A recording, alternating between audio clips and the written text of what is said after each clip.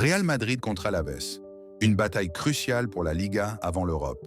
Conférence de presse de Carlo Ancelotti.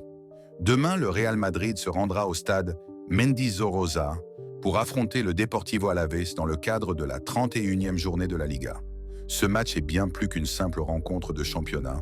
Il représente une étape essentielle pour les merengues qui cherchent à retrouver leur élan après une semaine difficile marquée par une défaite humiliante face à Arsenal en Ligue des Champions. Carlo Ancelotti, bien que suspendu pour ce match, a tenu une conférence de presse aujourd'hui pour galvaniser ses troupes. Les déclarations marquantes de Carlo Ancelotti et autres figures du football. Carlo Ancelotti. À laver demain, nous devons retrouver de bonnes sensations. Les gens pensent à mercredi, mais notre priorité, c'est la Liga, dès demain. Ce sont des moments difficiles quand on perd un match. Il faut réfléchir à ce qu'on peut mieux faire. Les joueurs se sont bien entraînés ces derniers jours, concentrés sur le match de demain.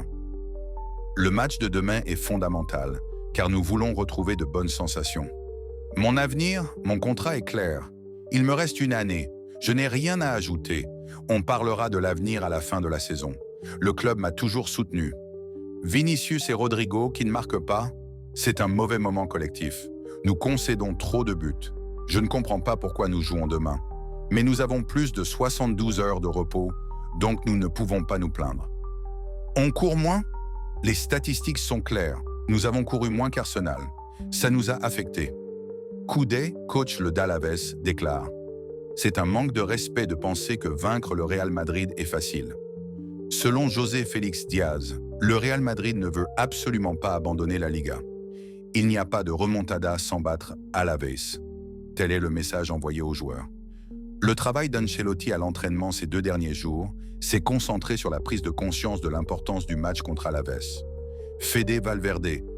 Nous avons eu une mauvaise semaine, nous avons mal joué et le match contre Arsenal n'a pas fait exception. Je crois et je sais que nous pouvons revenir, avec la tête haute et le soutien de notre peuple. Ensemble, nous pouvons le faire. Fernando Caro, PDG du Bayer Leverkusen, déclare « Pour être honnête, j'aurais préféré que le Real Madrid inflige une lourde défaite à Arsenal, ce qui aurait permis de sécuriser leur poste d'entraîneur. C'est normal dans le monde du football. Lorsqu'un club comme le Real Madrid perd 3-0 en quart de finale face à Arsenal, les rumeurs s'emballent. C'est compréhensible. Et c'est justement pour ça que j'aurais aimé éviter ces rumeurs avec une victoire du Real. Lors des 5 dernières confrontations, le Real Madrid a remporté tous les matchs contre Alavés, marquant un total impressionnant de 16 buts contre 4 encaissés deuxième en Liga, avec 7 points de retard sur le FC Barcelone. Ils restent sous pression après une défaite contre Valence et leur revers face à Arsenal. Alavés 17e en Liga, luttant pour éviter la relégation. Avec seulement 4 victoires à domicile cette saison, ils peinent à performer. Vinicius Junior, Rodrigo et Kylian Mbappé chercheront sûrement à briller après cette semaine difficile. Garcia et Guridi tenteront de surprendre la défense madrilène du côté de Alavés. Le Real Madrid se trouve à un carrefour décisif. Une victoire contre Alavés est impérative pour maintenir leurs espoirs en Liga et aborder le match retour contre Arsenal avec confiance. Comme l'a souligné Carlo Ancelotti, il n'y a pas de remontada sans battre Alavés. Les merengues doivent prouver qu'ils sont toujours les rois d'Espagne et d'Europe, prêts à relever tous les défis, qu'ils soient nationaux ou européens.